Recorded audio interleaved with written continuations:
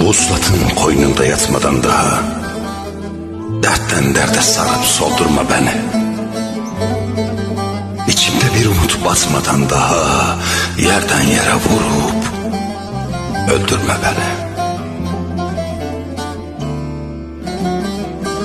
Ne hayaller kurduk sevda yolunda, sarardı gül benzin soldu dalında.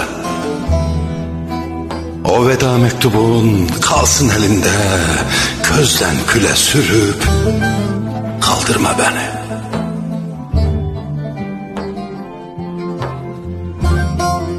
Nasıl küsmeyeyim kara bahtıma, doğmadan talihim konmuş tahtıma.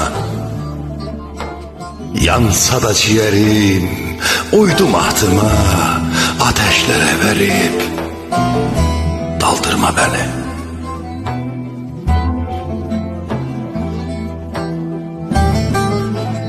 Devası olmayan sevdaya düştüm, yenildim hayata, kadere küstüm. Hayalin resmedip karşıma astım, hülyama varıp da aldırma beni.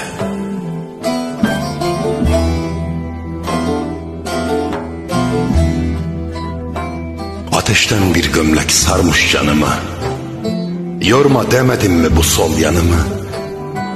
Kuruttun vefasız, kuruttun vefasız canım kanımı, gönlümü kırıp da doldurma beni.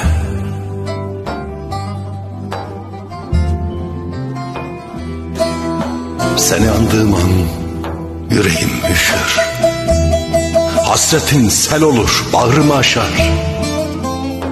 Suna gelin derdin deryadan taşar, kumlara serip de sildirme beni.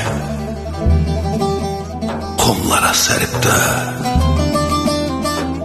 sildirme beni.